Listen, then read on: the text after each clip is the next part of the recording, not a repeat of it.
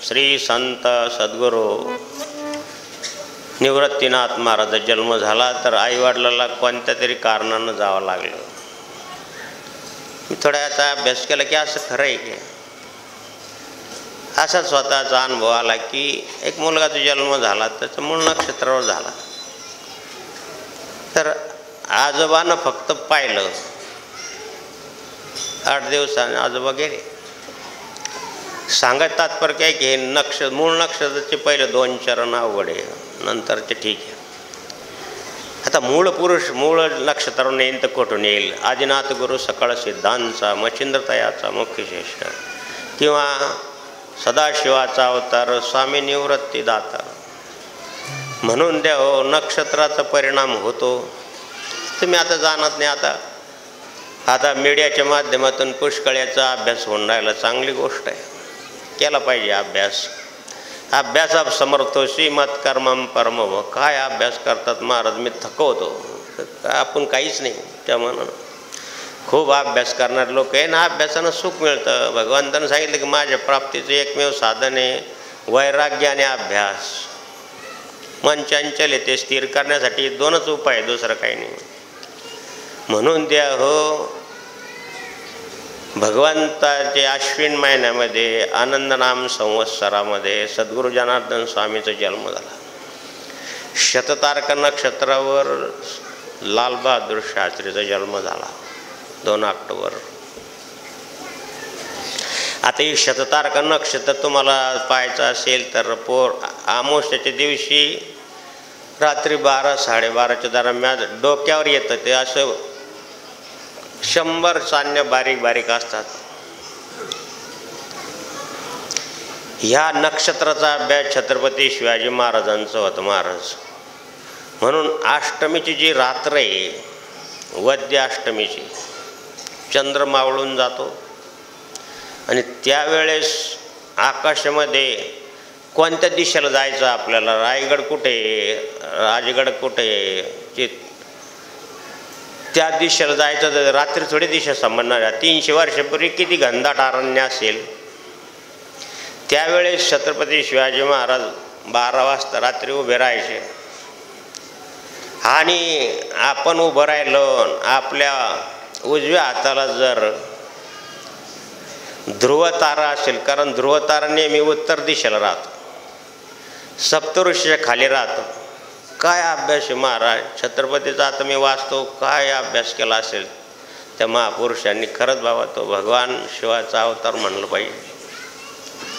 उत्तर दिशेला जर ध्रुव तारा आहे तर मग आपल्या उत्तर दिशेला जर ध्रुव तारा आहे उजव्या हाताला, तर पुढची तोंडासमोरची बाजू पश्चिम आहे, पाठीमागची बाजू पूर्व आहे आणि डावी बाजू दक्षिण आहे.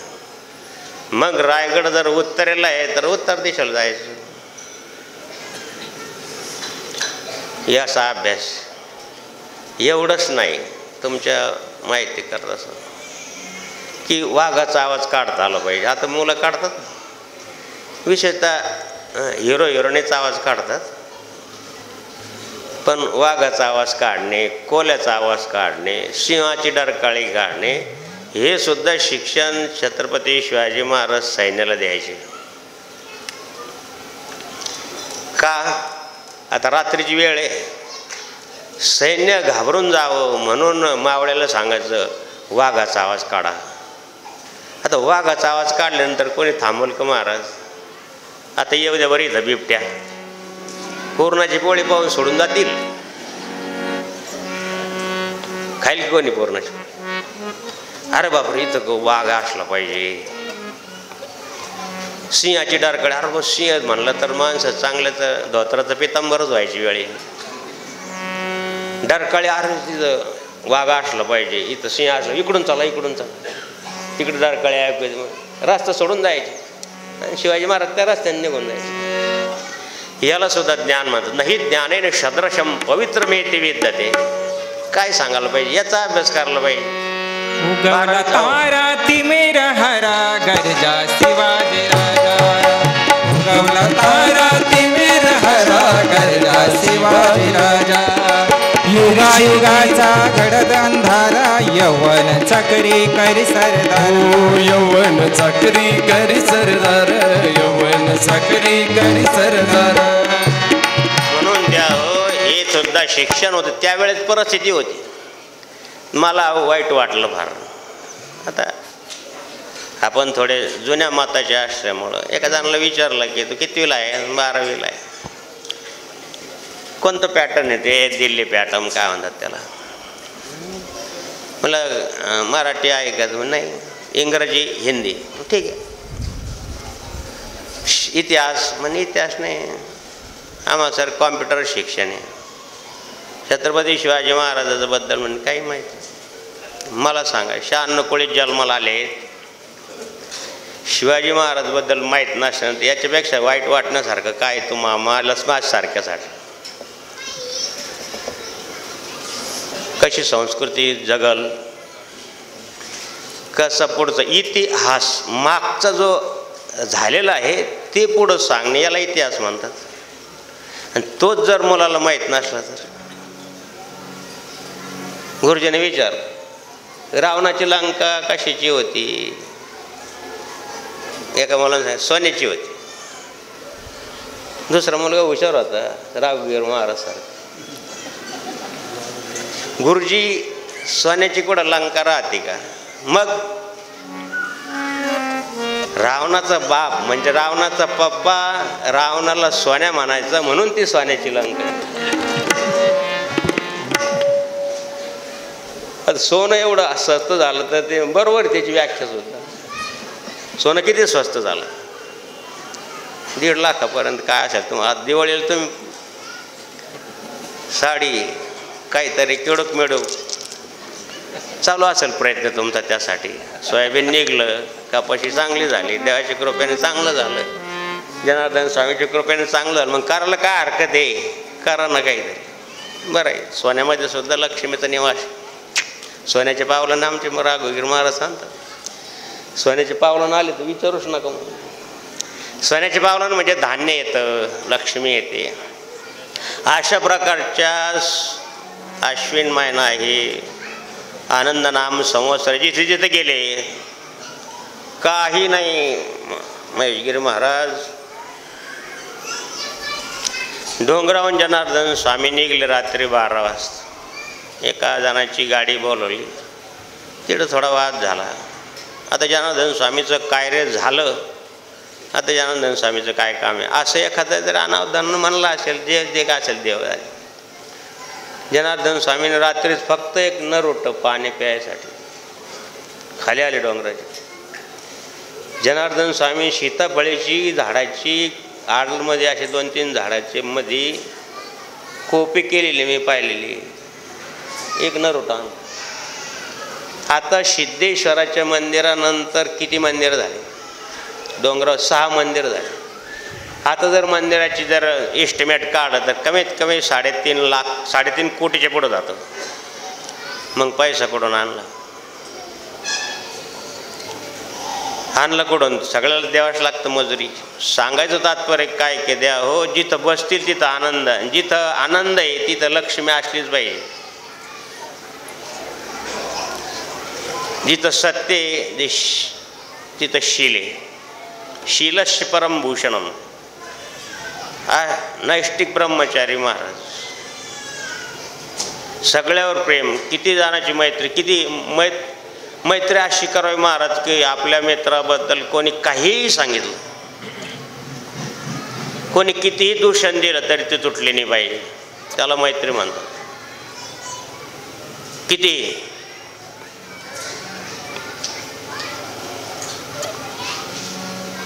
नेताजी पालकर मोगलाकडे घेऊन गेले, त्यांचा धर्म स्वीकारायला लावला, त्यांच्याप्रमाणे वागायला लागले. परत आल्यानंतर छत्रपतींनी सांगितलं तर माझा मित्र आहे, काय हरकत नाही, परत आपण शुद्ध करून घेऊ.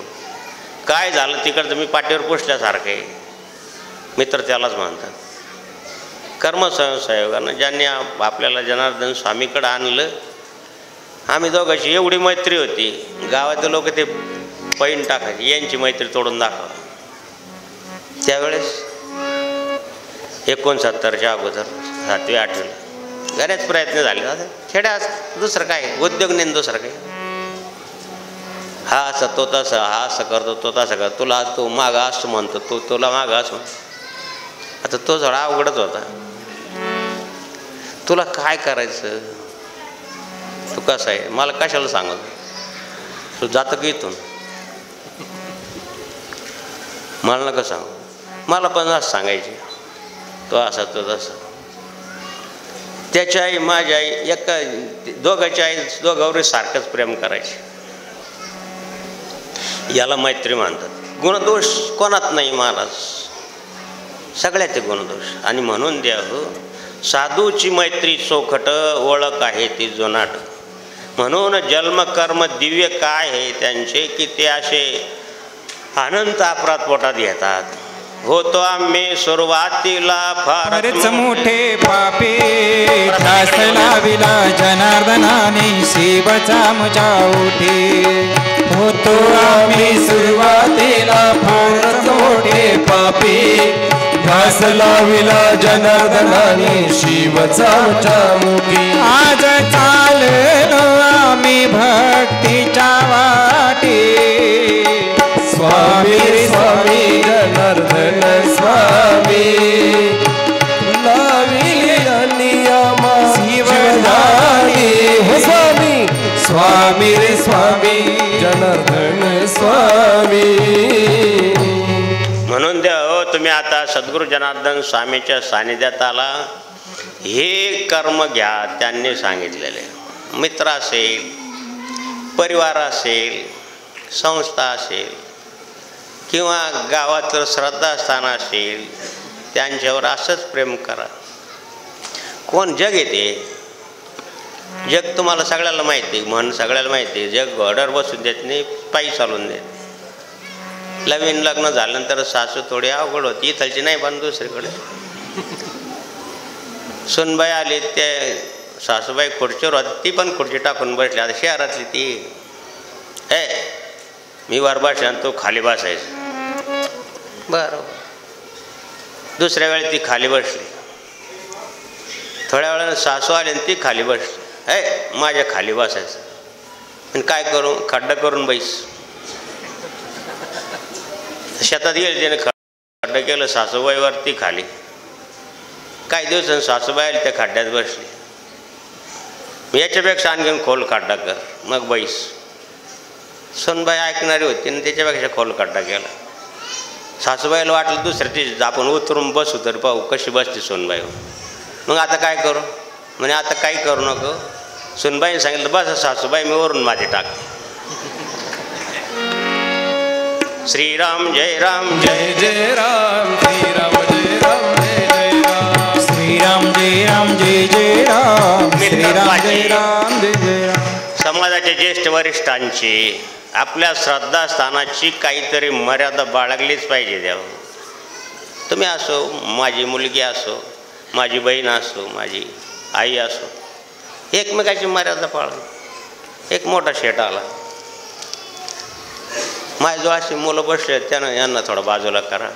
जा भाऊ बाजूला. काय मोठा शेट सेवाधारी होता, रडायला लागला. तर म्हणे बाबा पत्नी चांगलं बोलत नाही. वय वर्ष 65, 70, 75.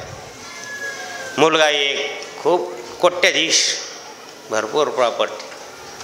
पण काल परवा अंगावर हात टाकायची सुद्धा तयारी. रडायला लागली. आता काय सांत्वन करणार. संत जे असतात नीट लक्ष देऊन ऐका, झोपू नका. काचेची पेटी असते, इकडून पलीकडे पाहिल्यानंतर पलीकडे दिसतं ना, चौकनी पेटी काचेची.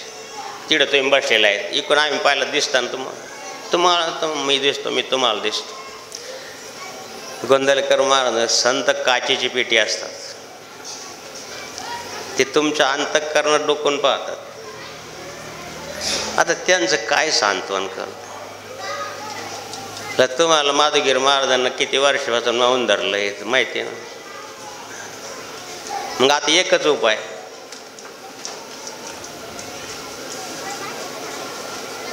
किती गोड आहे. पण होईल का असं? 75 वर्ष जे केलं तेच करणार का आम्ही सांगितलेलं करणार? मला सांगा. पडिली वळा नाही इंद्रिया सकळ, भावा तो निराळा नाही तुझा. अरे झारीपाठ म्हणतो. हे फार कडू आहे. न बोलणं हे सर कडू आहे. आमच्या काही मंडळीनं आग्रह केला की निदान हप्त्यातून एकदा तर. अजिबात नाही. हप्ताभरचं मीटर कशाला एक दिवसात जाळू? मग त्यांच्या जवळच्या लोकांना लिहून दिलं मी. यांना आता या दुःखात आहे, यांना काय सांग म्हणलं. मला सांगा यांचा स्वभाव कसा होता? म्हणे बाबा भयंकर रागीट, नीट लक्ष देऊन अंग तुमच्या हिताचं आहे. वेळ झाला मला कबूल येतो. सोमवार आहे आज, दिवस माळायला सोडा लागतो. म्हणजे दिवस माळ्या पण चालणार नाही असं नाही. मी काही 6 महिन्याची कसर काढण्यासाठी आलो नाही. यांचा स्वभाव कसा होता? आता आम्ही समीक्षा करणारे माणसं आहेत, पण समोरच्याला नाही सांगा. ते दुःखात आहे विचार. शांत राहा, मौन धरा, जाऊ द्या, तुमचा संसार सोडून द्या. ते करतात ते करू द्या. पत्नीने देते 2 वेळेस, पुष्कळ झालं. नाही दिलं तर काय करणार तुम्ही? आता तुम्ही रागवले आणि तिनं नाही दिली जेवायला, तुम्ही हॉटेलमध्ये जेवणार का? लोक काय म्हणतील? हो ते खरं आहे, सोडून द्या सर, एवढं सांगितलं त्यांना. त्यांच्या जवळच्याला विचारलं स्वभाव का? मग अत्यंत रागीट, थोडं देखील सहन करायचं नाही. सगळ्यासाठी सांगतो, वृद्धासाठी सांगतो, तरुणासाठी सांगतो, तरुणीसाठी सांगतो. ज्या वेळेस आपल्या शरीरामध्ये अशा प्रकारचा विकार निर्माण होता, त्याचा आपण वापर करतो, त्याचा परिणाम आता तुम्ही मोबाईलमध्ये सेट करून राहिले प्रवचन. कधी पाहन आणखीन आमच्या नंदभाऊनं डाटा तयार केला. समजा किती दिवसानं पाहणार? जनार्दन स्वामी जाऊन 35 वर्ष झाले तरी चालू डाटा आहेच ना. आणि मला सांगा तुम्ही जो डाटा तयार केला तो किती दिवस राहील? कोणता? रागाचा, त्यांना त्रास द्यायचा. मग तो डाटा त्यांच्यामध्ये नाही का? आलं का तुमच्या लक्षात? त्या मुलाला तुम्ही बोलले, मारलं, हाणलं, पत्नीला मारलं, हाणलं, बोललं, तो डाटा तयार झाला नाही का त्याच्यात? मग तो कधी ना कधी अरे जनार्दन स्वामीचे प्रवचन पाहायचे, सावरगावाचं यज्ञ पाहायचं. कधी पाहता? किती वर्ष झाले? अरे हे विज्ञान द्याव काय सोपं नाही. ते काय अतिशय त्रास दिला पत्नीला, मुलाला, आणि मग ते तुम्हाला त्रास दिले. जन्म कर्मेच मे दिव्यम. किती सूत्र सोपं आहे. तुम्ही त्रास द्या, तुम्हाला त्रास द्यायचे. त्यांना नका सांगू म्हणलं. काय सांगू नको? रडायला लागला बिचारा, त्याचं दुःख आहे, त्या त्रास आहे त्याला सांगू नका. त्याच्यावर कशाला निर्मा चोळायची त्याच्या दुःखावर? शांत राहा, जाऊ द्या, सोडून द्या. पत्नीच्या मनातून, मुलाच्या मनातून तो राग जाईल का महाराज? मग तुम्हाला सांगतो की मग आज घरपासून चांगलं वागणं कुठं वाईट आहे? मी सूत्र नाही की जीवनाचं, it is the art of living इंग्रजीमध्ये. तुम्ही आतापासूनच चांगलं वागायला लागा ना. मग मुलीला जसं आपण चांगलं म्हणतो तसं सुनाला चांगलं म्हणा. मुलालाच आपण दुसऱ्याला चांगलं म्हणतो, मुलाला चांगलं म्हणा. त्याच्याकडून चांगलं गोड बोलून काम करून घ्या. पण महाराज हे शक्य होतं का? माधवगिरी महाराज सांगतात तुम्हाला काही नाही मागं पुढं म्हणून तुम्ही सांगतात. पण सांगायचं काम आमचं आहे ना, सूत्र सांगितलंच पाहिजे ना. पण असं का होतं मग? असं विचारतील एक जण, असं का होतं? ह्याच्यासुद्धा प्रमाणे गीतेचं त्रैगुण विषय वेदा नाही त्रैगुण भाऊ अर्जुन निर्द्वंद्व सत्वस्तम निर्योगम क्षमात्मवान. एखाद्यामध्ये रागीट स्वभाव असतो. काम यश क्रोध या रजतगुण समुद्भव 3 महाशत्रू आहे. ही 33 अध्यायाचं सांगितलं आहे. मग हे जर तुम्ही अगोदर वाचन केलं, हे जर तुम्ही ऐकलं म्हणून ग्रंथाच्या माध्यमातून, तर तुम्हाला अशी वाईट विचार त्याच्यावर बंधन येईल की थोडं नाही बा. काम क्रोध आणि लोभ हे जर शत्रू आहे, मग शत्रूच्या पेक्षा जाल का तुम्ही? म्हणून ही ज्ञानेन सदृश. म्हणून हे भगवंताचं जे जन्म कर्म दिव्य आहे, जे तो तत्वता समजून घेतो अर्जुना, त्याला पुनर्जन्म नाही. आता सोपं आहे? सोपं नाही. सांगायला सोपं आहे, त्यासाठी खूप अशी उपासना लागते, खूप असं ज्ञान लागते. म्हणून हे सूत्र समजून सांगण्यासाठी संत येतात. आज काही अभ्यासू लोक याच्यामध्ये किंवा अभ्यासू लोक पाहतात. सूत्र सांगितले पाहिजे जीवनाचे, ही व्याजगाजीचं मर्यादा आहे. आणि म्हणून या नवचंडीच्या निमित्तानं हो, वाढदिवसाच्या निमित्तानं हो, हे भगवंताचं कर्म समजून घ्या. 3 गुण सगळ्यात आहे. काम आहे कोणामध्ये, क्रोध येतं कोणाला, कोणाला लोभ आहे. अरे बाबा हो, ईश्वरी अवताराच्या सानिध्यात असणाऱ्या लोकांना सुद्धा लोभ आहे. तुम्हाला माहिती आहे, स्वामी समर्थाची शिरीष चालू आहे आणि त्यामध्ये सुंदराबाई कशी आहे, आमच्या राघवेंद्र महाराजाला फार आवडते ती. काय काम केलं तिनं बाबा, ते कामाचं कौतुक आहे. प्रत्यक्ष ते ईश्वर नव्ह तरी परंतु ते फळ उचल, हे उचल, ते खाय, हे खाय, ती चादर उचल, ते घे. अरे तुला काय कमी आहे, कशासाठी आली तू? तक्रार केली. स्वामीने सांगितलं की जोपर्यंत तिचं प्रारब्ध आहे ना तोपर्यंत ती राहणार, नंतर ती जाणार.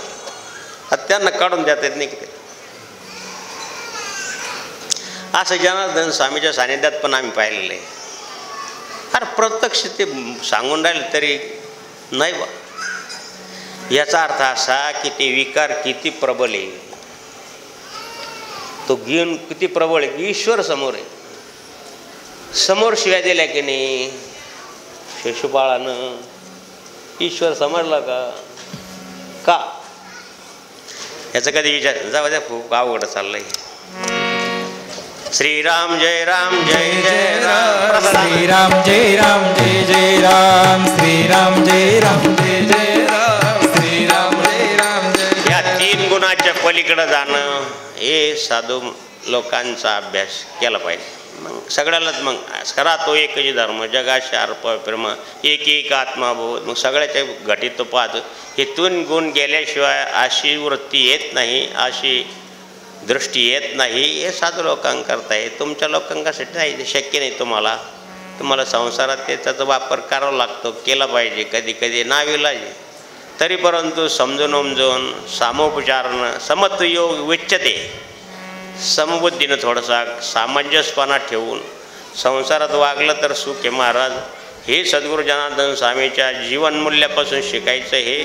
हेच भगवंताच्या जीवनमूल्यापासून रामरायाच्या कृष्ण परमात्माच्या रूपानं, पांडुरंगाच्या रूपानं समजून घ्यायचं आहे. आणि या सगळ्याचा एकमेव उपाय आहे. जर खूप विकार वाढत असले तर हरिमुखे म्हणा, हरिमुखे म्हणा, हरिमुखे म्हणा, हरिमुखे म्हणा. पुण्याची गणना, पुण्याची गणना. प्रसाद पुढे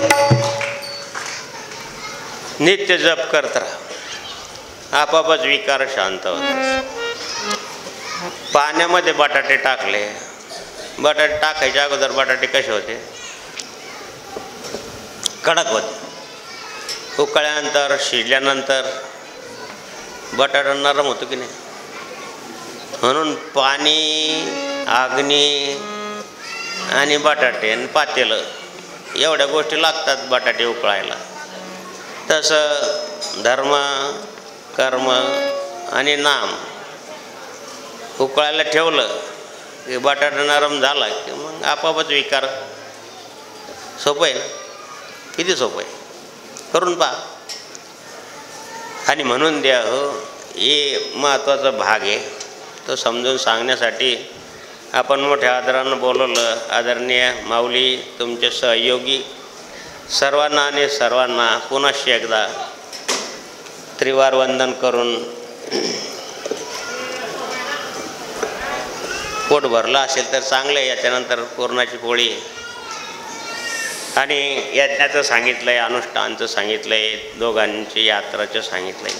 तीर्थव्रत नियम करी धैर्य करुणा, आता मग आपला जीव थकला, सगळ्या यात्रा झाल्या, सगळं झालं, आता काय आता ही मंडळी करता येतं, चांगलं आहे देव. तीर्थयात्रा संसार जीवाने केली पाहिजे. आता नंतरच्या एखाद्या प्रवचनात सांगू की तीर्थयात्रा संसार लोकांनी का करावी, त्यातल्या त्या साधू संतांच्या बरोबर का करावी, आणि साधू संतांच्या बरोबर केल्यानंतर ती कशा प्रकारची होते, आणि तुम्ही सर्वसामान्य यात्रेला जात ती कशा प्रकारची होते. तसं नर्मदा परिक्रमाची कॅसेट आली असेल, नंदूभाऊकडं असेल, तुमचं प्रक्षेपणचं माध्यम चांगलं आहे. त्याच्यामध्ये पाक प्रत्येक तीर्थस्थानावर त्या स्थानाचं महत्त्व, निघतानाच काय पाहिजे, कशा प्रकारची तीर्थयात्रा केली पाहिजे याचं पण वर्णन आहे. म्हणून संसार जीव आणि तीर्थयात्रा करण्याचा महत्त्वाचा भाग माऊलींनी सांगितला आहे.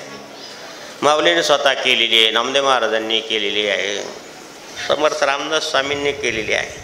म्हणून तीर्थयात्रेला विशेष महत्त्व आहे. आमची सर्व तीर्थयात्रा बाबाजींच्या कृपेने झाली, बाबाजीबरोबर झाली, आम्ही पण नंतर काढली.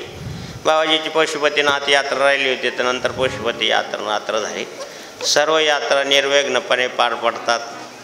त्यासाठी अगोदर हनुमान चालीसाचा पाठ म्हणा, गणेशाचा पाठ म्हणा करावा लागतो, आणि मग तीर्थयात्रा काढायला लागते. मग तर ती सगळ्या तीर्थयात्रा, संपूर्ण भरतखंडाची यात्रा, मानस सरोवर आणि अमरनाथ सोडून बहुतेक यात्रा झालेल्या आहेत.